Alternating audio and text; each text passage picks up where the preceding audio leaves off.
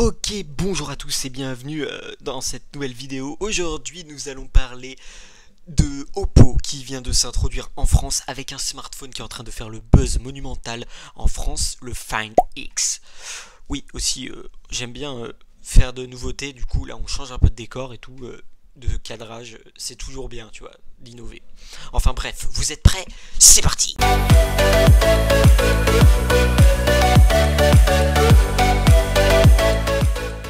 Alors, juste avant de commencer la vidéo, on va dresser un peu le portrait de cette marque. Oppo, c'est une marque chinoise qui est très développée en Asie et qui vient d'apparaître sur les radars européens avec ce smartphone qui a été lancé dans un endroit. Ils ont réussi à privatiser le Louvre, t'imagines ça? Ils ont privatisé le Louvre pour lancer leur smartphone, le Find X, on va revenir juste après. Mais en attendant, Oppo, c'est une marque, comme je viens de le dire, chinoise qui est très développée. Là-bas, ils font quasiment tout, du smartphone au lecteur Blu-ray qui sont en train d'arrêter malheureusement, mais qui était vraiment très bien avant. Ils ont aussi, pour terminer, la marque Vivo que vous connaissez peut-être, et qui est vraiment une religion là-bas en Chine. Et là, il faut savoir que Oppo, ils sont arrivés en France, donc en attaquant le marché français avec un smartphone qui est très haut de gamme, le Find X, qui vaut quasiment 1000 € en prix de base, et la version haut de gamme, ce qu'ils appellent le Lamborghini Find X, qui vaut à peu près 1700 €, tu vois. Et donc c'est un écran, il y a un écran borderless.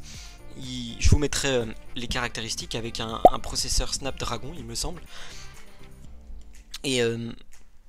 Et ce smartphone est entièrement borderless. Et pour pouvoir prendre des photos, il faut qu'il y ait un système motorisé qui fait sortir la caméra. Enfin, c'est juste impressionnant, quoi. C'est un truc, ça vient directement taper sur l'iPhone X, ça vient directement taper sur le Samsung Galaxy S9, et ils sont en train de bombarder, pilonner même, on peut dire, le marché français avec ce téléphone qui est quasiment inconnu en France, puisque personne ne connaît cette marque, enfin très peu. Beaucoup la connaissent puisqu'ils achètent des lecteurs Blu-ray, mais ça malheureusement, comme je l'ai dit tout à l'heure, ils vont être arrêtés.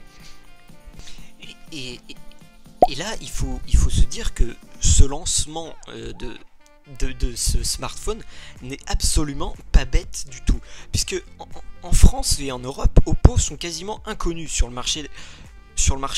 Du coup, ils font un énorme coup de buzz puisqu'ils lancent un smartphone très haut de gamme avec comment on peut dire, une présentation de ce smartphone. Ils ont quasiment, comme j'ai dit tout à l'heure, privatisé le Louvre. Vous imaginez, ils ont privatisé le Louvre, l'un des emblèmes de France au niveau international. C'est juste incroyable. Ils privatisent le Louvre, ils font un lancement de malade, ils explosent tout, mais les mecs sont inconnus. Donc voilà, tout simplement.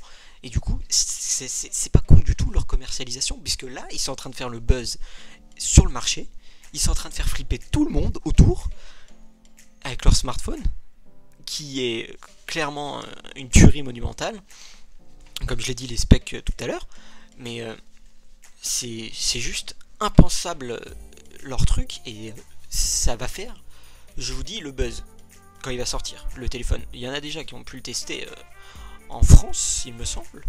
Non, en France, non, pas en France. Aux États-Unis, il y a MKBHD qui a pu le tester. Mais sinon, ça va faire le buzz, tout simplement. Et tout ça, regroupé, ça montre que cette marque est extrêmement puissante, puisque avec leur recherche et développement, ils ont pu produire un téléphone pareil, et ça montre que ces mecs sont là pour taper le marché, pour venir s'introduire. Bon, on dit pas qu'ils vont devenir numéro 1, c'est peut-être pas leur objectif premier, mais leur objectif c'est d'intégrer le marché européen, où ils ne sont pas présents du tout. Ils sont présents sur le marché américain ainsi que sur le marché asiatique, donc chinois et japonais. Mais en Europe, ils sont totalement inconnus. Donc là, ils viennent de faire un coup monumental, un coup de poker monumental, pour pouvoir intégrer ce marché. Et c'est vraiment très impressionnant.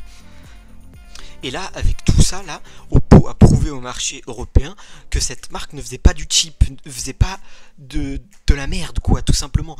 Ils ont prouvé que les Chinois étaient capables, sur le marché de la téléphonie mobile, de produire des téléphones premium et de devenir une marque qui est assez premium sur le marché. Et c'est pour ça que cette marque, je pense, veut faire ceci.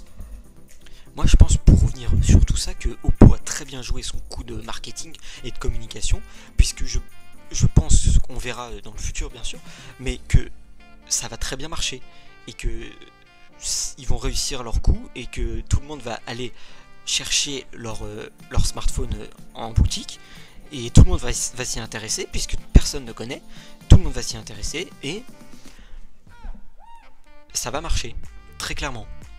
Puisque c'est un coût de commercialisation énorme. Le Louvre, un smartphone à 1000 € qui vient concurrencer directement l'iPhone X et le Samsung Galaxy S9, une technologie embarquée qui est très performante, ainsi que, pour finir, une marque qui est totalement inconnue et qui joue un coup de pub monumental. Voilà. Tout ce téléphone est basé au centre de ce coup de pub qui est juste incroyable.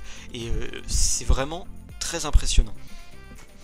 Donc maintenant, il faut savoir que tout est possible, hein. Il n'y a rien de roadmark ou de marketing de prix qui a été annoncé, il n'y a rien de tout ça. Donc là, la marque, elle est implantée en Europe. Tout est possible maintenant, elle peut faire tout ce qu'elle veut. Et ça, il prend le risque du coup de montrer que Oppo est sur le marché, malgré tous ces smartphones déjà présents. Et enfin, pour terminer